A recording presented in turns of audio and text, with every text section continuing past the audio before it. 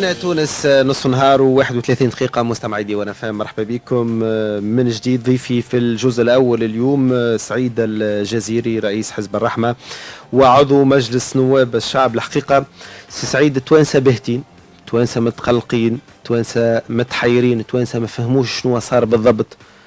قضية مست العديد من التونسيات والتونسيين، قضية عادلة، قضية مبدئية. توانسة الكل ما زالوا مضامين في علاقة بالحقبة الاستعمارية، لكن فوجئنا حقيقة بنتائج التصويت، وفوجئنا أيضا بعديد المواقف اللي كانت شديدة الانتقاد لهذه اللائحة البرلمانية المتعلقة بمطالبة فرنسا بالاعتذار عن جرائم الحقبة الاستعمارية. حتى أنه أنت في إحدى مداخلاتك في البرلمان قلت هذه لائحة الذل والهوان. ماذا حصل بالضبط سعيد الجزيري، وعلاش وصلنا لهذا المأزق؟ بسم الله الرحمن الرحيم. نقول سقطت اللائحة ولم تسقط تونس، ولن تسقط تونس أبدا، ومش بالناس اللي تتزايد وتحاول تربح أهداف على الحساب نتاعها على أن تونس تسقط ولا تربح. تونس ما تسقطش لأن فما ناس دفعت دمها، مش كلام، مش تمثيل، ناس دفعت دمها وماتت وشهداء. أنا لو نشد لك بوك ونقتل ونذبح ونعذبه ونخليه الويل ويموت، تقبل مني اعتذار وتسامحني ولا نتعدى للقضاء والقاضي يحكم علي؟ احنا اليوم فما محاكم دولية، جعلت محاكم دولية باش تعذب وباش تتعدى الناس اللي عذبوا العباد والناس اللي اجرموا في حق الشعوب، باش يتعدوا للقضاء العدلي الدولي العالمي لاهاي وغيرها، وفما برشا دول تعد. فاذا احنا كدولة ما نستناش فرنسا باش تمشي بالله يجي يعتذري. وش تعتذر علاش؟ دماء الشهداء تكفى الاعتذار؟ فرنسا لحد الآن من احنا وينه بترولنا إلى حد الآن ضايع. اعتذار ويزيد يشرب ويزيد ينتهز. الاعتذار ذل، مهانة، سياسة الضعيف، سياسة الإنسان الفاشل. يا أخوي احنا كدولة معترف بها عالميا نمشي عندي لهاي بحذاء. ايش نعملوا؟ خرجوا لائحة تلزم رئيس الدولة ورئيس الحكومة ورئيس مجلس نواب الشعب أنه يرفعوا قضية عادلة ضد الجرائم التي ارتكبتها فرنسا في حقبة الاستعمار ببلادنا، وتخرج قضاء عدلي من المحاكم الدولية، انصاف، فنخرج من هذا المأزق رؤوسنا مرفوعة، وتجينا ديزانديمنيزاسيون ولا تجينا، المهم أحكام القضاء العالمي والدولي. هذا نطالبوا به، مش أنا نطالب فرنسا اعتذر يا فرنسا، وبرا اعتذرت لك فرنسا، تي الآن تمص فيك، هي تي إنسان خرب لك دارك وخرب لك أرضك، يكفي الاعتذار. أنا نسأل فيه السؤال واستغربته. أنت كمحامي وتعرف في المحاماة ما يكفيش الاعتذار عن الجرائم، الجريمة جريمة. أنت جيت تقولي وانظر من الناحية الأخرى، هي الصحافة ما وأنت ما درستش الموضوع. اللي قدمت اللائحة قدمتها في وقت مش وقتها. أنت مازلت باش تقدم لائحة بعد ما قدمت عبير موسي اللي هي الخصم اللدود متاعك ومازالت كي قدمت لائحة وخسرت. أنت يعني باش تجيبش تقدم لائحة باش تخسرها. ما تحطش لونجو في تونس، ما تحطش لعبتك السياسية في تونس، ما تمسحش الشيء في تونس. اعمل حاجة بعيدة على، لأنه اليوم وصلت لنا أولى في العالم في تاريخ تونس قضية لا يختلف فيها اثنان، اللي هي التنديد باستعمار الفرنسي لتونس. فماش واحد تونسي ما يقولش الكلام هذا. وبالرغم من ذلك لائحة لم تدرس وما تعدتش وما وافقوش عليها. بل نعطيك اكثر من هذا، مش حتى البرلمان، رئيس الدولة ما تكلمش، لم يجب. البارح ضربنا ساعتين 3 ساعات. هل عرضتوه على رئيس الدولة؟ رئيس مجلس النواب الشعب يقول عرضناها وما قالش. شنو هو الرد نتاعو؟ ما تكلمش. طيب ورئيس الحكومة ما تكلمش. اذا كان انت عرفت الشيء هذا، راك البارح سحبتها قبل ما توصل للتصويت، تسحبها. عارف روحك راك ضد الامواج، وعارف روحك ضد الطيار كامل، لذلك تسحبها. الدراسة كانت غالطة. علاش الدراسة كانت غالطة؟ لأن اليوم تقولي الشعب التونسي مستاء. الشعب التونسي مش مستاء من اللائحة، الشعب التونسي مستاء أنك ضيع في وقتك على اعتذار مش باش يوكلنا. احنا اليوم الشعب التونسي جيعان، والقضايا المصيرية في عود ندرسوها بعد الكورونا، ندرسوها في اليوم في البرلمان، قاعدين نحكيو هي ليبيا، هي فرنسا، هي تركيا، وضيع في الوقت. الشعب التونسي يقول لك خلينا ناكل. سعيد الجزيري مستاء لما يشوف الصحافة الفرنسية نعم. تهلل لسقوط هذه اللائحة وتعنون وأنه مجلس نواب الشعب التونسي البرلمان التونسي اللي ماتوا من أجل شهداء نعم. الحركة الوطنية وكي خرجوا في 38 وطالبوا ببرلمان تونسي، البرلمان هذا اليوم على ما يبدو خذل الشعب التونسي. لا، اليوم الصحافة الفرنسية صحافة المستعمر، ما تنتظر منها كان الشيء هذا، وهو يطلب منها باش نعتذر. وواحد عضو منه يتكلم بالانجليزيه البارح في وسط البرلمان، يعني مهانه ومذله. انت ما عندكش وجود، انت تتكلم لي بلغه انجليزيه، لغه الاجنبي، تحب الاستعمار هنا. اذا شوف وين ماشيين. مش هذه انا شنو اللي ندين في العمليه هذه؟ انك استعملت قضيه وطنيه شريفه كنت تدرسها، قضيه الاستعمار وقضيه الاستقلال وقضيه الاعتذار وقضيه المحاكم، مش قضيه بس ائتلاف الكرامه، تمس كل الاحزاب. راك شاورتها الكل وعملت دراسه معمقه وما تخرج بنتيجه قويه جدا. تبدا من رئيس الدوله، رئيس الدوله جاوزوه. المعقول الكلام هذا؟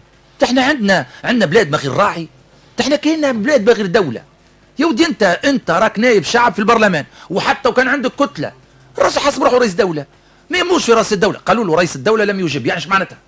يعني رفض، صمت، رفض. رئيس الحكومه لم يجب. رئيس مجلس نواب الشعب السيد الغنوشي ما حضرش من الاول. على احضر في الاخر لان ضغطنا عليه في البرلمان. اين رئيس البرلمان؟ اين رئيس البرلمان؟ يعني 3 رؤساء تاع البلاد قالوا لا. وش تحب تعمل انت؟ وقاعد يضرب في الحيط. تماك سحبتها وما تمشيش للتصويت وتفكر في مصلحه تونس. ما يهموش، يضرب في الحيط. وغدوه الصحافه الفرنسويه تضحك عليك في الصحافه الفرنسيه. على الصحافه الفرنسويه ما قالتش الكلام اللي قلته. انا مش نطالبوا بالاعتذار، نطالبوا ان تونس تمشي للقضاء الدولي وتعمل بحث وتقرير دولي حول الجرائم التي وقعت في بلادنا. اذا كان خسرنا القضيه في المحاكم الدوليه يا اخويا نخسرها، اما على الاقل مشينا شرفاء. اما لا، فرنسا تعتذر لي، مش تعمل بيه الاعتذار؟ والاعتذار باش تعملوا فرنسا باش توقف سرقه الملح وسرقه البترول تاع بلادنا الى متى؟ طيب ما كانش بالامكان حفظ ماء الوجه على الاقل، طالما وانه صورة تونس وسمعة تونس في الميزان؟ راهي تجبدت قالوها له قالوا وشفنا فيكم تململ.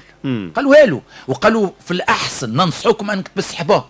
وقال حتى عضو المستقيل من حركه النهضه وبرشا ناس قالوا اسحب، راهو مش حتى دستوري، راهي طريقه الالقاء غالطه، راهو كذا، راك مش حاضر. على الاقل اسحبها نص النهار، راهو اسحبها ماضي ساعه، راهو اسحبها.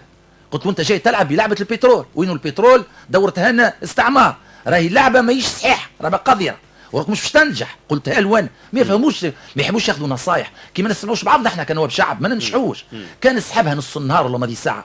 ما تتكلمش علينا الصحافه الفرنسويه، ونحضروا لائحه تشارك فيها كل الاحزاب الوطنيه وتكون حاضره وتشوف ضربه قويه لفرنسا. لكن ثم حتى الوقت مش وقته. انت تو وقته باش تحل جبهه على فرنسا خارج من كورونا واقتصاد العالم بارك واقتصاد تونس بارك. هل وقته هو باش تحل واجهه مع فرنسا؟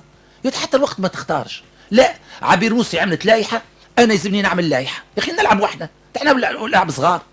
انت تعمل لائحه وتتجاوز رئيس الدوله ورئيس الحكومه، المعقول؟ وهي فما لائحه اخرى جايه سي سيد، وجايه لائحه اخرى باش نبقوا في مهازل.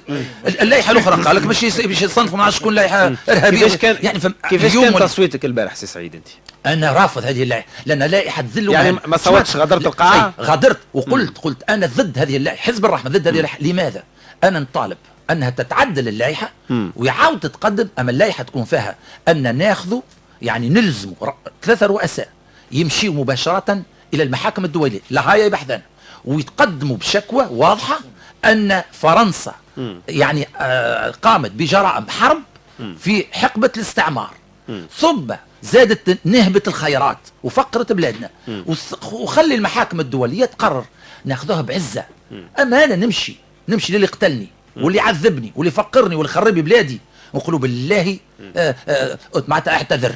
الاعتذار لا يرقى ابدا الى مستوى الجرائم. لكن سعيد الجزيري قبل ما نعطي الكلمه لبابا سالم، فما ايضا جزء من التوانسه اللي هما تقريبا حول ائتلاف الكرامه اللي يعتبروا انه مقام به عمل بطولي وجريء. يقول لك ائتلاف الكرامه خرج مرفوع الراس، ولكن الخزي والعار للنواب اللي ما صوتوش على هذه العريضه واللي خلاونا اليوم تكتب علينا الصحافه الفرنسيه بهذه الطريقه.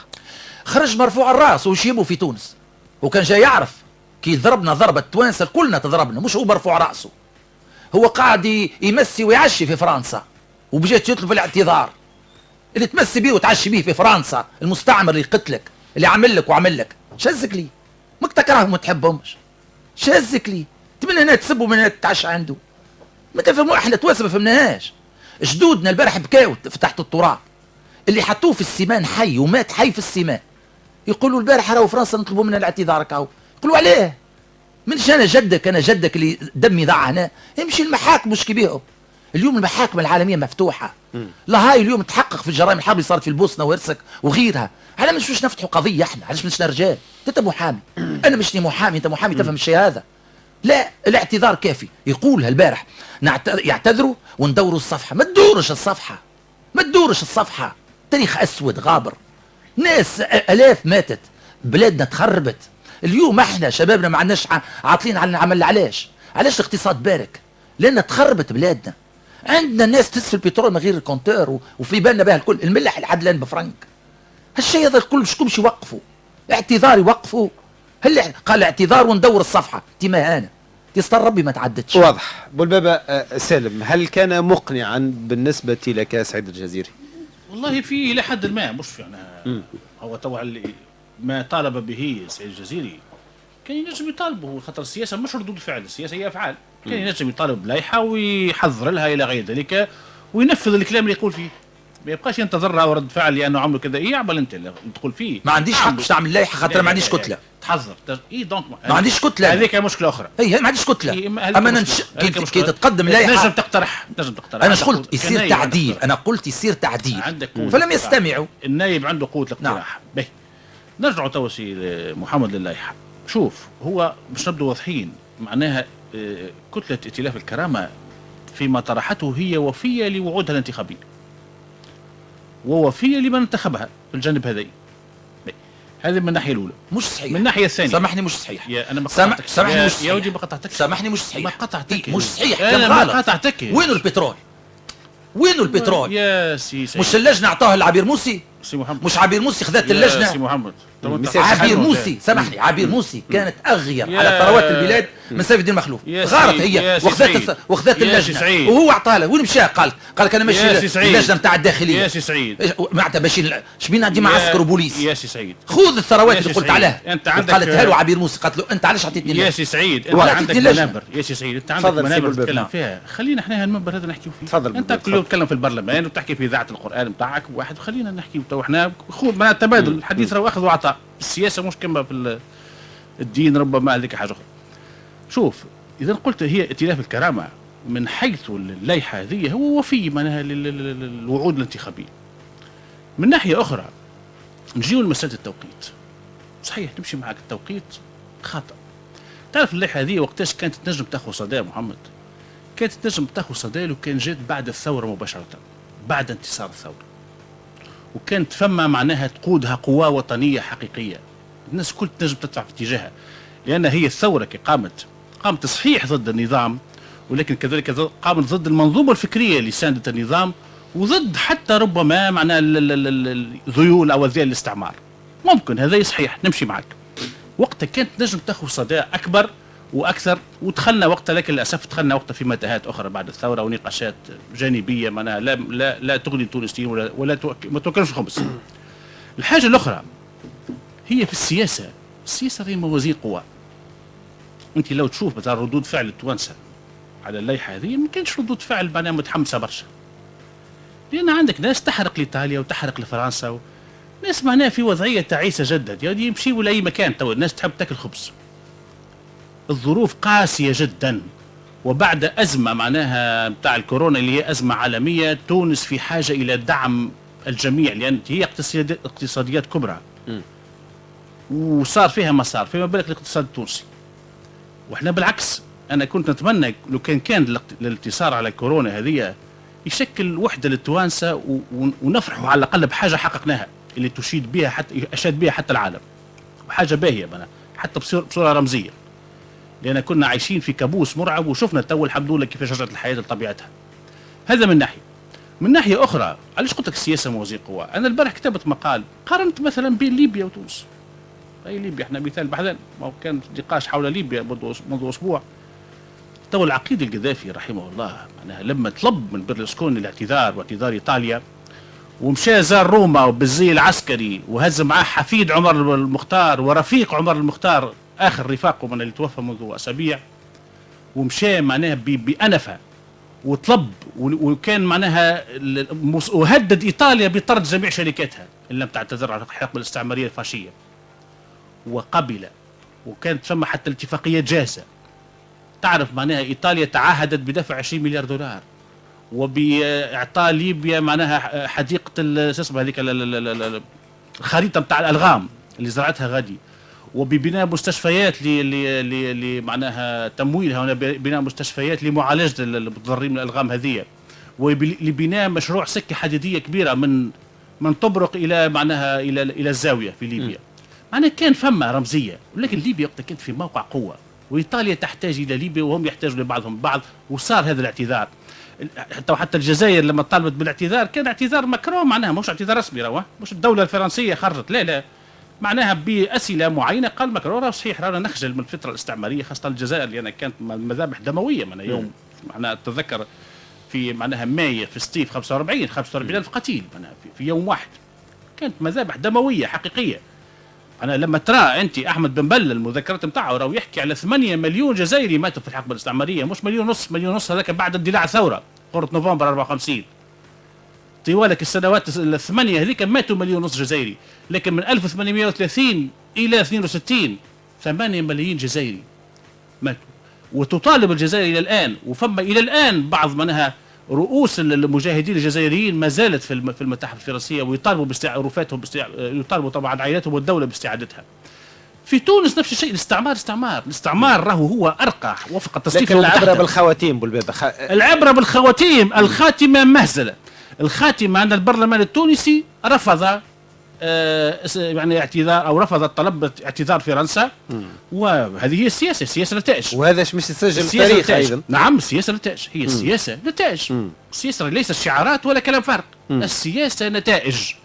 في الاخر صحيح تقول لي ها والله غلط مش غلط، انا مش متفق معاه. انا لا في التوقيت بتاع تقديم اللائحه، لان مش معركه التوانسه تو، وما هيش معركه بتاع لوائح لتسجيل نقاط سياسيه، ومشاغل التونسيين ابعد ما يكون عن ذلك. لما تشوف انت تدخل للمقاهي للمطاعم تشوف شنو مشاغل التونسيين الحقيقيه، هذه مش معناها بشوف هذا نوع من الترف الفكري والسياسي لما نجيوه. وحاجه اخرى انا عجبني البارح محمد، وما يسالش للشيء بالشيء يذكر، انا كشفت مثلا الدكتور معناها التميمي عبد الجليل التميمي اللي هو معناها بالحق نعتبره استاذي وحضرت برشا معناها مرات في المحاضرات بتاعه معناها، وهو من مؤسسي او من المنتدى بتاع الحركه الوطنيه، وشفنا برشا معناها حاجات شهادات الى غير ذلك. معناها كي قال لك البارح معناها بالحق قال كنا نجموا راهو ما تجيش بالطريقه هذه باش تقدم لائحه، كانت تكون فما استشاره موسعه ويناديوا لها المؤرخين خاصه. راهو فما وزن فرنسا تشوف علماء ومؤرخين توانسه، لكن احنا على مستوى عالي. جهل بتاريخ البلاد، لا جهل مصيبه مصائب. طيب. احنا شفنا يا محمد، لا لحظه لا فكره بإيجاز شديد. راهو اللي شفناه البارح في البرلمان مهازل. راهو شفنا ناس ما تفرقش بين التاريخ المعاصر والتاريخ الحديث، ما تفرقش. تواجي واحد يستدعي لك التاريخ العثماني، يا ودي راهو فما قانون دولي وفما متحده وفما حدود تاع بلدان جات مع القانون الدولي الحديث. قبل روزه فما فرق بين الازمنه الامبراطوريه والازمنه نتاع العصر الحديث والتاريخ المعاصر. واضح، مش كيف واضح. سعيد الجزيري كما قال بلبابة سالم يقول لك في نهايه الامر التاريخ سجل، وانه مجلس نواب الشعب الحالي اللي انت عضو فيه منتخب، نعم، وكأنه خانت توانسة بين ظفرين. هذا ما ستخلده الذاكرة على الأقل، وأنه صارت مهزلة في نهاية الأمر. البرلمان التونسي لم يصوت على لائحة تطالب فرنسا بالاعتذار عن جرائم الحقبة الاستعمارية. الحقيقة البارح قريت تدوينة مهمة جدا ما انتبهولاش برشا ممكن الإعلاميين والصحفيين. لزميلنا الصحفي في جريدة شروق سرحان الشيخاوي يقول: وأنتم تتابعون ما يحدث في البرلمان حول مشروع لائحة طلب اعتذار فرنسي عن الحقبة الاستعمارية، لا تنسوا أنه في زاوية أخرى من المشهد تتراكم معطيات أخرى أسوأ مما يحدث داخل قاعة الجلسات العامة، لعل أهمها استياء فرنسي من مضمون مشروع اللائحة وتلميح لإمكانية تغيير أدوات التعامل مع تونس، اتصالات فرنسية مكثفة بمن يمسكون بخيوط اللعبة السياسية في محاولة لمنع تمريرها، اتصالات على أعلى مستوى، يقول سرحان الشيخاوي، تنصل تام لرئاسة الجمهورية من أي مسؤولية وإلقاء اللوم على البرلمان، رفض رئاسة الجمهورية لقاء رئيس البرلمان قبل مناقشة مشروع اللائحة ورفض مناقشة هذا الملف بالرغم من تكرار طلب اللقاء أكثر من مرة. على ما يبدو فرنسا ضغطت ونجحت تضغط في فرض الضغط هذا. هو مستعمر، انت في بالك مستعمر باش يرفع ايده الى حد اليوم يمص فيك وياخذ لك فيه وياكلك فيه ثروات الى يوم الناس، باش يسكت ما يسكتش عليك. انا نسألك سؤال، النهضه وما ادراك ما صوتتش، اللي هي حليف الدائم لاحتلاف الكرامه، وائتلاف الكرامه البارح استيقظ من نومه العميق وقال وين النهضه اللي انا دعمتها في كل قضايا. القضيه الجوهريه البارح تاع ائتلاف الكرامه ما يدعمهمش. عليه؟ فرنسا باش تضغط بكل قواها، فرنسا تضغط وتحارب فيك الى يوم الناس تحارب فيك وانت تقول لها اعتذار. انت في بالك فرنسا باش تقدم لك اعتذار حتى وان كان قدمت يقول لا هي ليبيا، انت ليبيا، انت ليبيا بقوه، قال لك انا المصانع نسكرها ونعمل ونعمل ونعمل وهدوا بالقوه. انت عندك القوه، انت البرلمان ما تجيبش تسيطر عليه، انت ما تجيبش تفاهم مع عبير موسي نهار، انت كي تحكي على الجانب الفرنسي تعمل والجانب الفرنسي يعتذر لنا، اما انت يا عبير موسى يا ودي كانه هذا مستعمر وكانه هذا ما فهمتش وين ماشي. ما ننجحوش احنا بهذه الطريقه، ما ننجحوش. شوف نقول لك حاجه، ما تضربش في الحيط. انت قدمت مبادره كانت عندك الفكره ذكيه وتبارك الله وما شاء الله ويذكرك بها التاريخ، نمشي نزل رئيس الدوله هو يعمل مبادره من هذا النوع، واحنا كمجلس نواب الشعب نحاول نساندوه، نحاول كيفاش نحضر لها الميدان، نهيئ الميدان. اذا كان ما حضرش الميدان ما قدمهاش، ما خليش تونس في تسلل، ما خليش الناس تضحك علينا، ما خليش الجاور يضحك عليا. نص النهار افهم، العشرة نتاع الليل افهم، ماضي الساعه ومش مسيب، تروح ويزي تقول اليوم عارفه ماكش ناجح، وعارف العباد شفت في الكواليس تصير في البرلمان، نعرف وين ماشي النتائج. من 10 تاع الصباح تعرف النتائج وين ماشي، وهو سامحني هو عارف اللي باش تسقط اللائحه، عارفها. وقالوا له برشا زملاء اسحبها مصلحه لتونس، لا مش سحبها. ونحب نشوف شكون اللي خاين البلاد ومش شكون خاين. لكن سعيد الجزيري مش مشكلته انه فما تدخل فرنسي وضغط فرنسي تم في المساله. هذا يهدم تماما مقوله السياده الوطنيه، والبرلمان التونسي هو مؤسسه سياديه بامتياز. وقت اللي يوم توزيع اللجان، السفير الفرنساوي فصل البرلمان، تنكرها انت؟ هو سيف الدين مخلوف يسيب لجنه الثروات، علاش سيبها؟ يا اخي في بالك هو يحب يسيبها؟ لأن سيبها لأن فما شكون أقوى منه، شكون يفرض عليه ويسكت وما يتكلمش، فيجي يرمي شوية التراب يقول ما يسمع فرنسا تعتذر وتعدى. ما نجمش يقول فرنسا تتعدى القضاء. هو محامي ويعرف شو معناتها الكلام اللي نقول فيه، كل ظالم كل متعدي يتعدى القضاء، هو يفهم الكلام هذا. علاه في فرنسا ما فهمهاش؟ لأن ما نجمش يقول لفرنسا، وهذا ضغط فرنساوي. أنت السفير الفرنساوي في بالك تسيبهم؟ السفير الفرنساوي نسبوه كأنه هو القائم على البلاد، تحبوا لا تكهل موجود. النهضة البارح ما ضوتتش عليه، حسب بعض اللي اعترفوا في حزب ائتلاف الكرامه قال فسر موقف النهضه البارح اتصالات تليفونيه، قال لك شكون اتصل ببعض التصريحات، هناك اتصالات من اعلى مستوى في فرنسا برئيس البرلمان ورئيس حركه النهضه. رئيس البرلمان البارح ما حضرش معنا في البرلمان، ما حبش يحضر معنا، وتكلم شكون في البرلمان، وتكلمت انا وتكلم برشا زملاء قالوا وين رئيس البرلمان؟ تو رئيس الدوله غاب فهمنا فيه، رئيس الحكومه ما حبش يتكلم تفهمنا فيه، ورئيس البرلمان شبيه 3 رؤساء غايبين، رمزيه قويه ياسر. قالوا لا مشغول، حتى كي اللي سال السؤال النائبه نتاعو قالت واش دخلكم؟ انا موجود، وعلاش تلوجوا عليه؟ كي صار الضغط 3 4 نواب طلبوا، جا في العشيه، اذا خرج من الصمت نتاعو، لكن ما نجم يعمل حتى شيء، مضغوط عليه. اليوم فما حاجه راهو الرينو تسكر عليك، غدوه السيتروان تسكر عليك، مشيت مش هذا في الكلام تبهبر في الفارغ، الوقت مش وقته. واذا كان طالب شوف انا علاش قلت له كي طالب المحاكم الدوليه يا خويا، انا خاطين انا رفعت قضيه في المحكمه الدوليه، والمحكمه الدوليه يا خويا تحكم كان ضدي كان معاي محايده. وحاجه اخرى، علاش احنا عاملين محاكم دوليه؟ باش تتقصف الجرائم الحرب اللي صارت. فاذا كان اثبتت هذه الجريمه، احنا خاطين اللي باش تحكم المحكمه هي اللي تحكم، تولي احكام دوليه يعني ملزمه بها فرنسا، مش بمزيتك. بالله يعتذر لي، وكيف ما يحبش يعتذرك؟ تصور غدوه، تصور البارح نواب الشعب كلهم اقروا بهذا الشيء. هيا فرنسا ما نعتذرلكش، ومش ما اعتذرش، باش تعمل لها؟ عندك انت البورتافيون باش تهزها له، عندك المصانع باش تسكرها عليهم تاكلك الجوع، انت خارج من كورونا. اذا وقت مش هو الوقت. عندنا عندنا جاليه تونسيه عايشه في فرنسا، خممتش فيها. هاي غدوه حيتولي عنصريه، اللي ما اخذاش وراقه يزيد ما ياخذهاش، وزيد الخدمه تاعنا راب من تونس برا روح ما خدمكش. اليوم عايشين عنصريه قويه الجاليه التونسيه والعربيه في فرنسا. ما نزيدوش 60 بالله، ما هوش وقته. عدي القضيه للقضاء وتونس خارجه منها، وخاصه قالوها له 1000 مره، هذا الشأن خارجي يمس رئاسة الدولة، ورئيس الدولة خليه هو ياخذ المبادرة ويلقاها لهنا البرلمان، تولي حلوة باش تفسر صمت رئيس الجمهورية حتى يقول سرحان الشيخاوي زميلنا في جريدة الشروق وهو صحفي مختص في الشأن البرلماني، يقول رفض طلب المقابلة اللي تقدم به رئيس البرلمان، مش مستعرف بكم، ما يحبش يحكي معاكم. ما يحكيش. هو شفت المبادرة هذه ما يقبلهاش، راهو تحل واجهة على فرنسا، هكا يشوفها رئيس دولة، ورئيس الدولة لازم يواجه مشاكل البلاد. فهو الشأن الخارجي ما يحبش يحل واجهة، ديجا محلوله واجهه مع الاتراك وليبيا والدنيا، ونزيد نحل انا واجهه اخرى مع الفرنسيس. هل وقته والناس خارجه من كورونا، الشعب خارجين في الطريق العام يقولوا يا رئيس دوله احنا جوعنا وما لقيناش ما ناكلوا. انت داخلين في قضايا هامشيه اخرى. القضيه هذه سامحني، القضيه هذه اذا تحب تعداها رئيس دوله والا رؤساء ثلاثه يوجهوا للمحاكم العالميه. واضح والله بايجاز. لا بايجاز هو تعقيبا على كلام سي سعيد. شوف هو لو اسمع، اذا كان احنا باش نتبعوا ما يحصل هاللوائح هذه اللي باش نبدا لايحه ورا لايحه، انا باش تبدا عبثي. معناها يا جماعه تو لايحه على ليبيا، لان ليبيا معناها حفتر اندثر في ليبيا وانتهى امره، معناها بعد كي نعملوا حفظ على نحلوا الدوسيه تاع فرنسا، وبعد فرنسا هاو توجينا من نحلوا الاخوان المسلمين، ومن بعد كاين الامارات، وبعد تجبد لك تعد قطر وتركيا ومش عارف، وبعد تجبد كندا وامريكا وجماعه الامريكا لقطر. معناها تو نهزوا تونس نعملوا جزيره احنا معزوله في المحيط الهادي، غادي نركشوا غادي تقعد لنا كوريا الشماليه تقعد كوريا الشماليه سكيم وانا نحيوهم غادي ونقعدوا نخدموا معاه والسلام عليكم. معناها رئيس السياسه لا تدار بهذه المهازل.